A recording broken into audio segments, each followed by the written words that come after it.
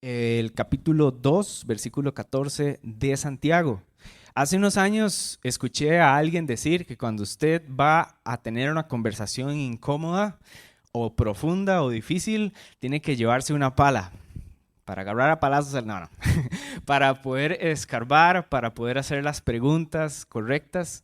Y ese es nuestro texto el día de hoy. Son un montón de preguntas que nos van a incomodar, que van a mover el piso de nuestra fe, de lo que somos. Y quiero invitarlo a que vaya conmigo a ese capítulo. La semana pasada, Dani nos confrontó, bueno, Santiago a través de Dani, nos confrontó fuertemente a través del amor al prójimo.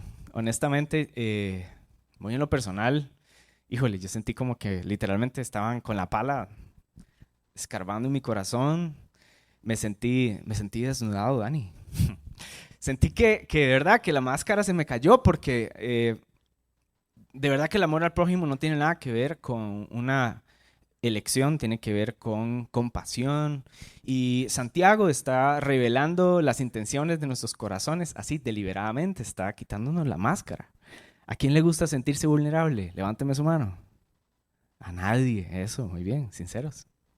Y esto es lo que está pasando en esta carta. Y quiero que me acompañe, por favor, al capítulo 2, versículo 14, y que leamos esto para comenzar. Dice: amados hermanos, ¿de qué le sirve a uno decir que tiene fe si no lo demuestra con sus acciones? ¿Puede esa fe salvar a alguien? Oramos. Señor, te damos muchas gracias por darnos este momento, Señor, en el cual nos encontramos con tu palabra. Hoy queremos poner nuestros corazones, Señor, en tus manos. Queremos que abras nuestra mente, Señor, que nos reveles tu palabra, Señor, que nos guíes, que tengamos un corazón humilde para acercarnos a ella, Señor, y ser enseñados, ser corregidos, ser confrontados, ser alentados también, Señor, y atesorar tu palabra para ponerla también por obra, Señor. Te pedimos esto en el nombre de Jesús. Amén. Qué par de preguntas con las que inicia Santiago.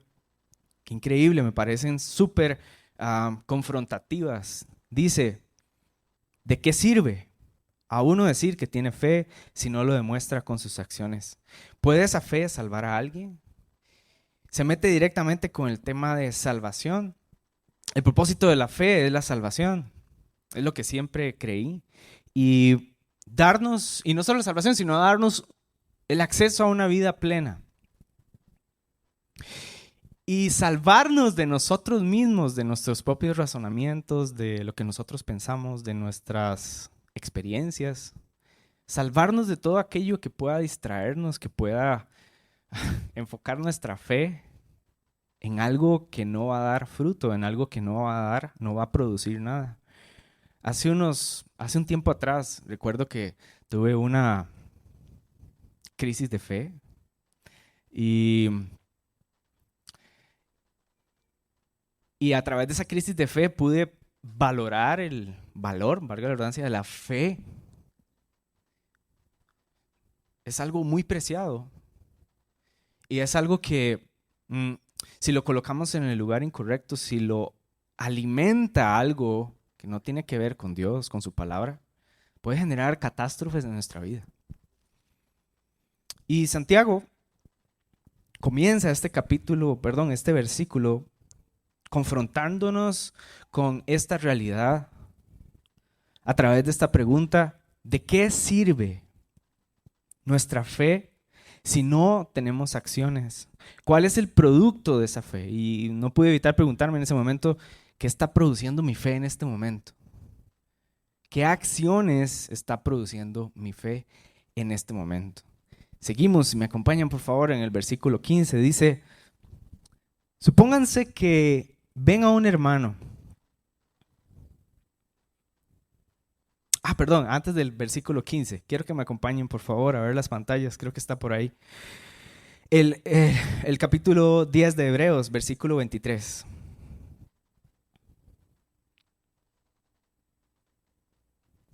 Ya lo tienen por ahí, súper bien. Dice, mantengámonos firmes sin titubear en la esperanza que afirmamos, porque se puede confiar en que Dios cumplirá su promesa. Como les decía, en donde nosotros posicionamos nuestra fe va a depender mucho de lo que esa fe produzca, ¿sí? Y el porqué de esto es importante, es porque el principio de una fe verdadera se basa en creer que son los deseos de Dios los que se pueden cumplir o los que se van a cumplir en nuestra vida y no depender o creer que son nuestros deseos los que Dios va a cumplir.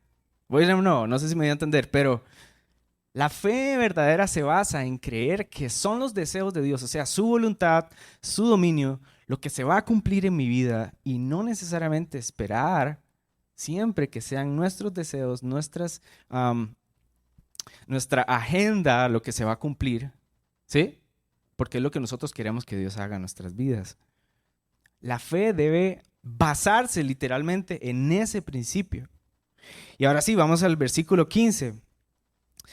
Supónganse que ven a un hermano o a una hermana que no tiene qué comer ni con qué vestirse.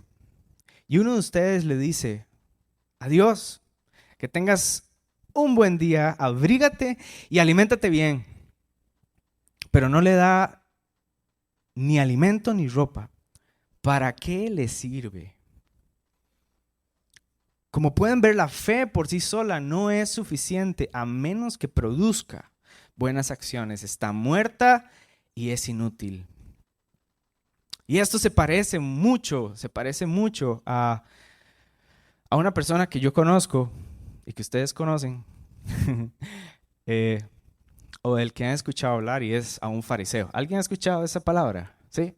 ¿Saben qué es un fariseo? Básicamente un fariseo era una persona que se sabía la ley de arriba a abajo, que sabía lo que había que hacerse al pie de la letra, pero no lo hacía. Y le tengo una noticia, todos tenemos uno adentro. Todos tenemos un fariseo que es buenísimo para decirle a alguien lo que tiene que hacer, pero que a la hora de los balazos no hace lo que tiene que hacer o no hace lo que dice. Y aquí quisiera detenerme en este primer tipo de fe que nos señala Santiago. Y quiero que me acompañen por favor a Mateo 23, versículo 1. Creo que está en las pantallas, igual lo leo para ustedes. Dice, entonces Jesús le dijo a las multitudes y a sus discípulos, los maestros de la ley religiosa y los fariseos son intérpretes oficiales de la ley de Moisés. Por lo tanto, practiquen y obedezcan todo lo que les digan, pero no sigan su ejemplo, pues ellos no hacen lo que enseñan. Y todos y cada uno de nosotros hemos caído en este tipo de fe. En ese tipo de fe que le importa mucho aparentar.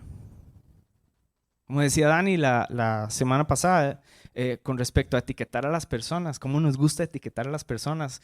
Y la razón por la cual etiquetamos a las personas es porque tenemos intereses. Y pareciera que la fe de un fariseo tiene el interés de mantener la postura, de mantener la imagen, de mantener un estatus, por decirlo así. Porque le importa más lo que piensen las personas que lo que Dios piense de él. Le importa más que su fe sea alabada, por decirlo así, o sea, no sé, entre dentro de los parámetros religiosos que dicta la religión, pero no dentro de los parámetros de Dios y de su palabra. Y es inservible, no genera ningún cambio, no hay una respuesta, no podemos esperar ninguna respuesta de este tipo de fe. En Lucas 17, leo para ustedes el versículo 16, dice, cayó rostro en tierra a los pies de Jesús y le dio gracias, no obstante que era samaritano. ¿Acaso no quedaron limpios los 10? Preguntó Jesús. ¿Y dónde están los otros 9? No hubo ninguno que regresara a darle gloria a Dios, excepto este extraño. Levántate y vete, le dijo al hombre, y después le dijo, tu fe te ha sanado. En contraste con la fe de un fariseo, o este tipo de fe, la fe de este hombre que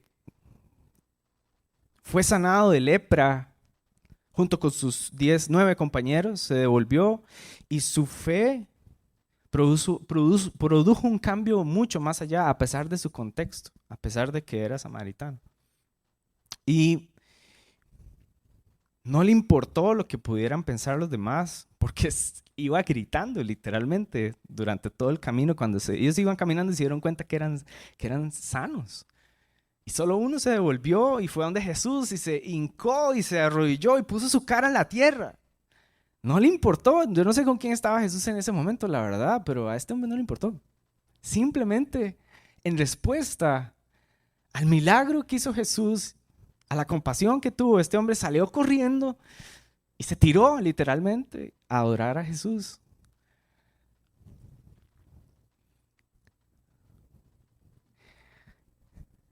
Sigue nuestro texto en el versículo 18.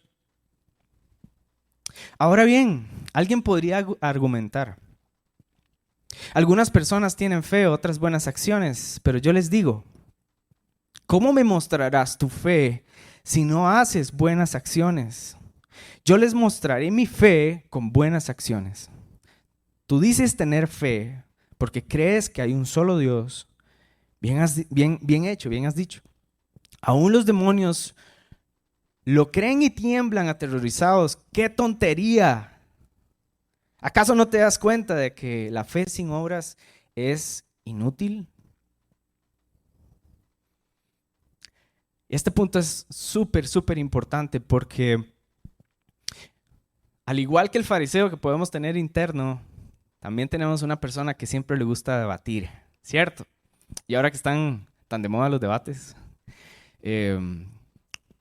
nos gusta imponer nuestra opinión, nos gusta sentir que tenemos voz y voto, y creo que lo tenemos, pero si entendiéramos que la fe se trata más de lo que Dios quiere versus lo que yo quiero, viviríamos una vida muy distinta. Y aquí se denota un argumento súper importante, y es el hecho del por qué nosotros necesitamos dividir nuestras acciones de nuestra fe. Y a esta parte le puse la fe de los demonios. Y me hice la pregunta, ¿será que estoy creyendo como creen los demonios? Qué heavy, ¿verdad?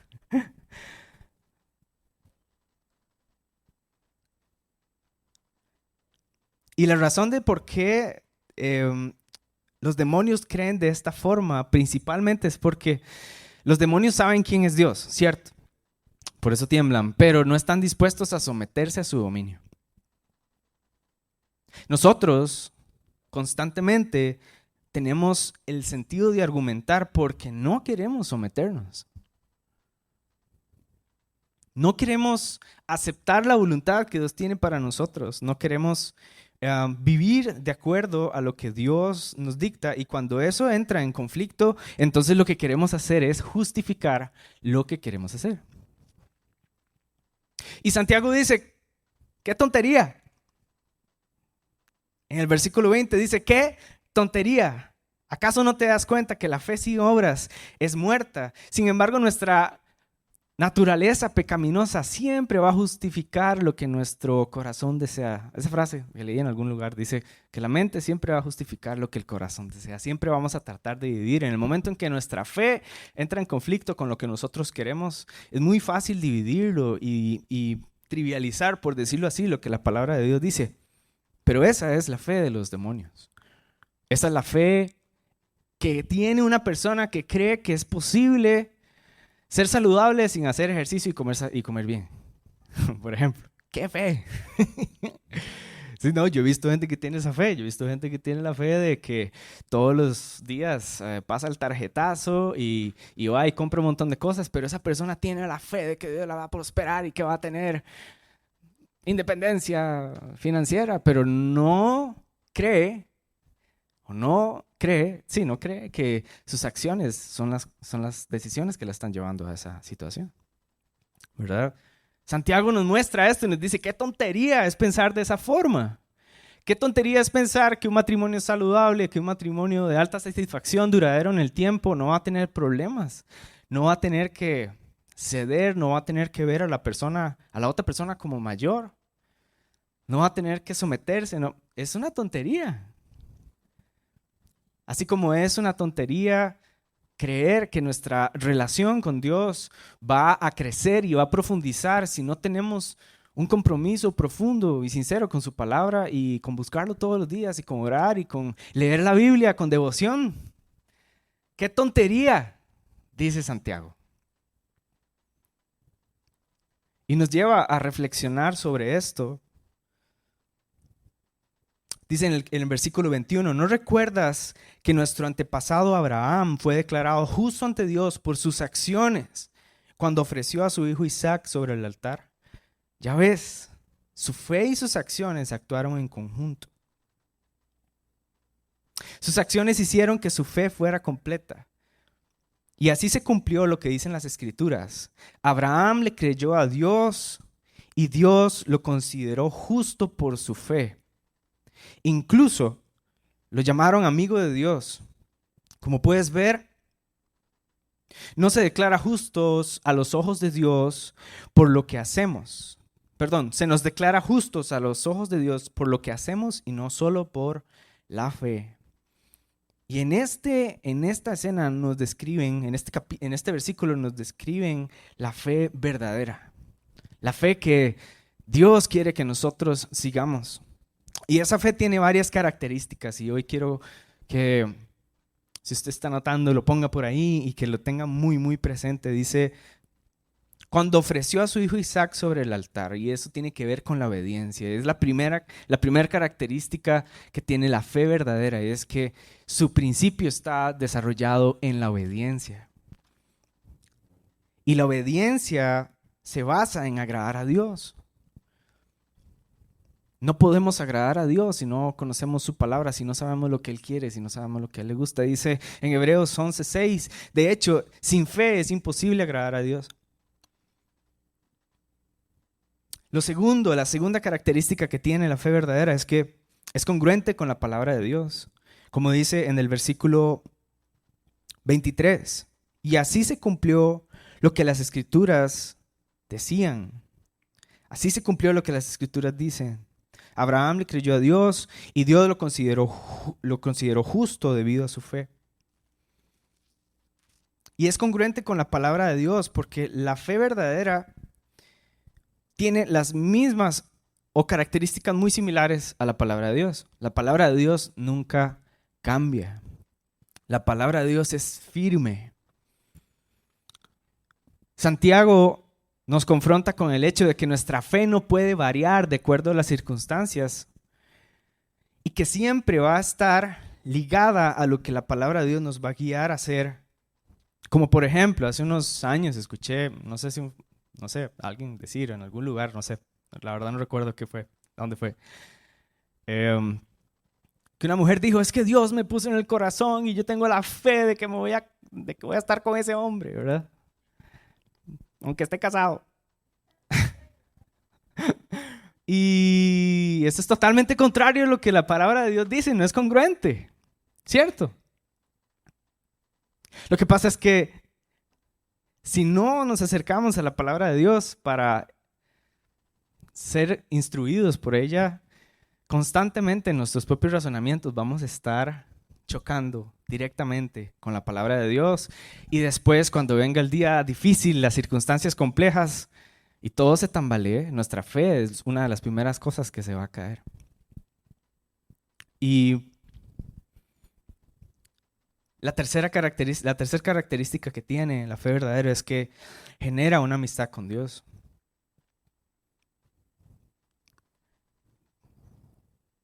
Dice el versículo 23, al puro final, incluso lo llamaron amigo de Dios. Abraham tenía una relación profunda de amistad con Dios desarrollada por mucho tiempo. Algo que escuchaba por ahí es que la fe verdadera no se desarrolla de la noche a la mañana, es un proceso de vida, es un proceso de la construcción de confianza y de depositar día a día nuestra confianza en Dios. Ahora hablando con Hans, hablábamos de una pregunta muy importante que quisiéramos recalcar hoy, y es el por qué no podemos depositar nuestra confianza en Dios. En lo personal, hubo un momento en mi vida en que por las cabezonadas que hice, me lastimé en muchas áreas del corazón y a pesar de que quería seguir creyendo, no podía acercarme al Señor porque no creía en el fondo que Él era bueno. Porque en el fondo yo pensaba, ¿cómo es posible que Dios es bueno si me dejó pasar por todo esto?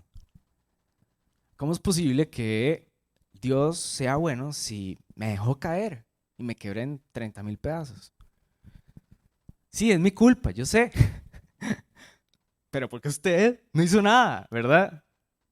Carebarro uno, ¿verdad? Pero esa era una de las razones principales por las cuales mi amistad con Dios no podía profundizar y no podía profundizar y no podía profundizar porque en el fondo yo no creía que Dios era bueno. Yo pensaba que en cualquier momento Dios me iba a dejar caer otra vez y que yo como simplemente me tenía que levantar y tenía que aguantar el leñazo. Y tenía la imagen incorrecta de que Dios era ese ser al que yo me acercaba con vergüenza,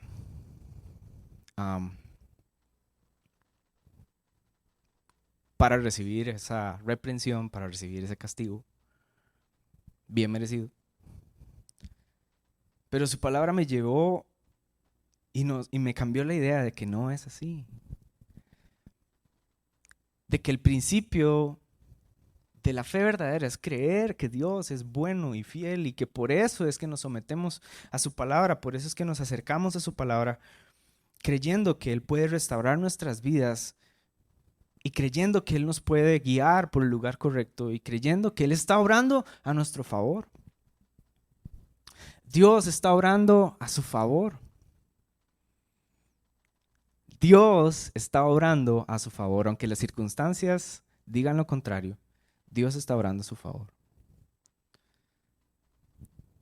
Y esa es la base de nuestra fe. Dios es bueno. Dios es bueno. Seguimos leyendo en el versículo 25. Ya vamos a terminar. Qué rápido soy. Rahab la prostituta es otro ejemplo. Fue declarada justa ante Dios por sus acciones cuando ella escondió a los mensajeros y los ayudó a regresar sin riesgo alguno por otro camino. Y aquí hay un punto súper importante y es que la fe verdadera, cuando tenemos fe verdadera, apreciamos más nuestra amistad con Dios que las consecuencias que podamos tener en este mundo. Rahab sabía que si era descubierta en ese acto, ella podía ser asesinada. Y no le importó, porque estaba más interesada en conocer y en aceptar la voluntad de Dios para su vida. Y tenía una esperanza de que ella podía ser parte de ese cambio que iba a suceder y que Dios de alguna forma le iba a rescatar. Eso es lo que yo pienso, no sé si está ahí, pero eso es lo que yo creo. Yo creo eso, o pienso eso, o deduzco eso por las acciones que tuvo Rahab.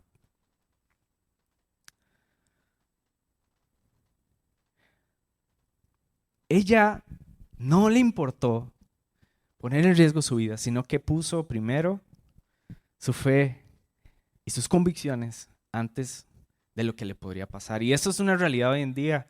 Y agarro el ejemplo que puso James un día esto sobre el dinero, qué fácil es, qué fácil sería tomar algo que no nos pertenece, tal vez teniendo la posibilidad de justificarnos. Y muchos de nosotros decimos, bueno, pero es que el jefe se lo merece, ¿verdad?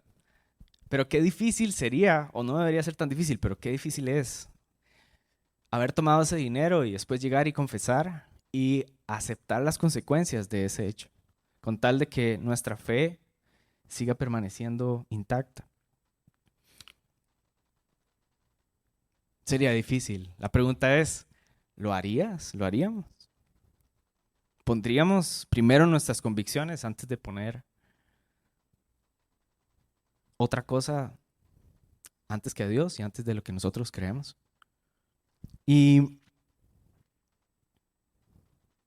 por último quisiera que me acompañen una vez más a, vamos a ver, a Lucas.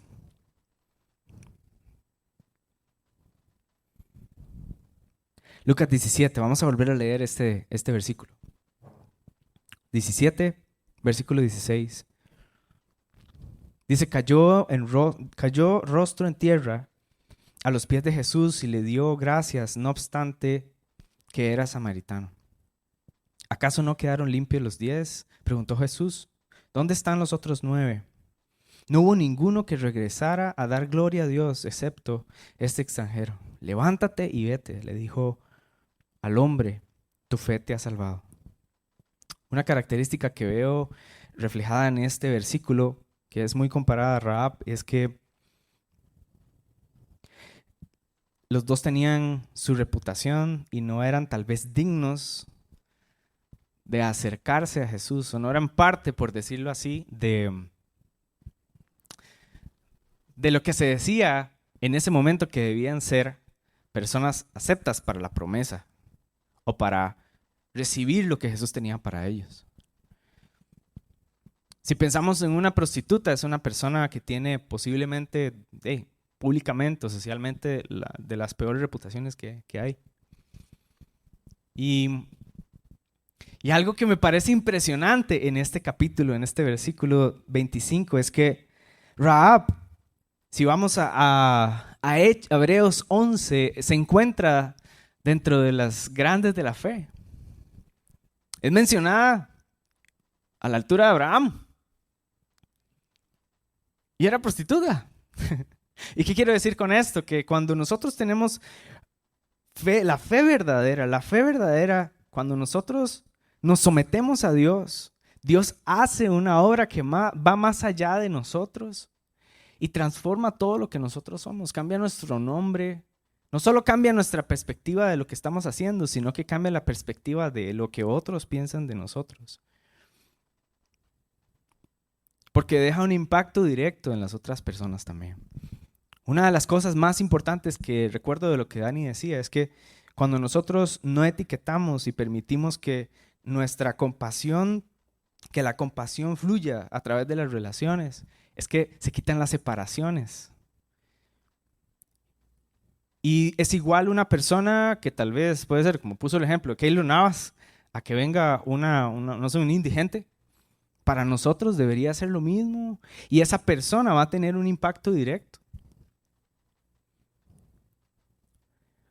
Cuando nosotros cimentamos nuestra fe en la palabra de Dios y nos rendimos a ella constantemente y entendemos que se trata más de rendir nuestra voluntad a Dios, su palabra nos transforma y nuestras acciones cambian. Dice Santiago que el resultado de esta fe es buenas acciones. O sea que básicamente es algo automático. La esencia de esta fe son las acciones. La forma en la que se demuestra lo que usted y yo creemos es directamente con nuestras acciones. Y quisiera terminar con esta frase. Dice, la fe no es creer a pesar de las evidencias. La fe es obedecer a pesar de las consecuencias. Estamos seguros que la fe verdadera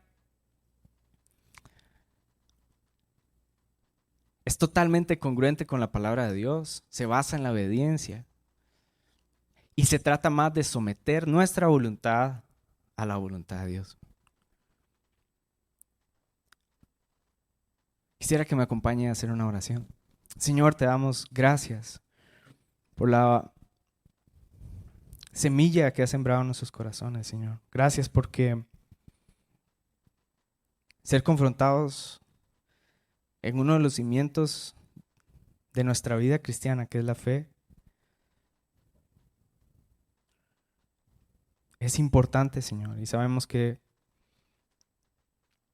tú quieres que nosotros tengamos nuestra mente, Señor, y corazón firme en tu palabra, Señor. Y hoy ponemos nuestros corazones delante de ti, Señor, y queremos pedirte que hoy transforme, Señor, nuestro corazón, nuestra mente, Señor, y que si nuestra fe ha sido como la de un fariseo, Señor, si nuestra fe ha sido como la fe de los demonios, Señor, si